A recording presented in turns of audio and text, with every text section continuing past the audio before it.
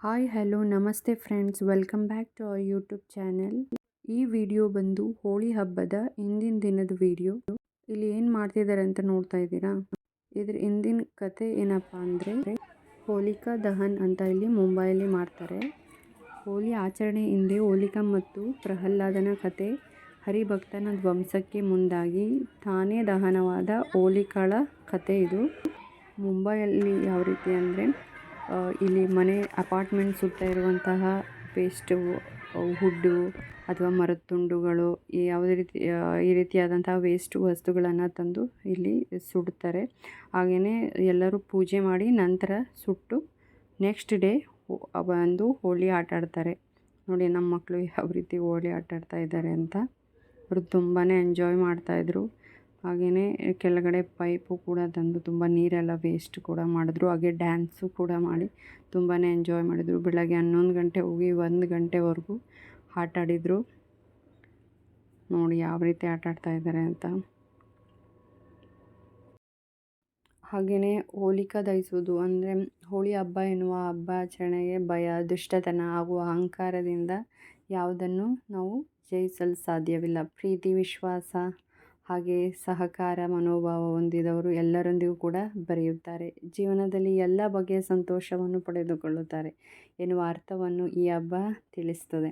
ಜೊತೆಗೆ ದೈವಶಕ್ತಿಯ ಮುಂದೆ ದುಷ್ಟಶಕ್ತಿ ಆಟ ಎಂದಿಗೂ ನಡೆಯದು ಎನ್ನುವುದನ್ನು ಕೂಡ ನಾವು ಅರಿತುಕೋಬೇಕು.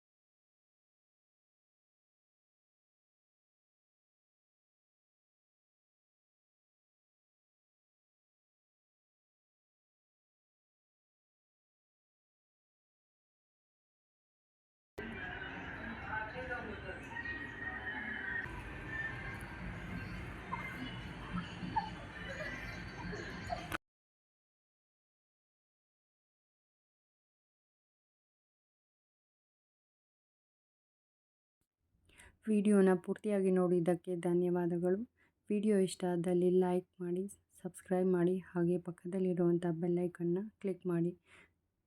Thank you for watching this video.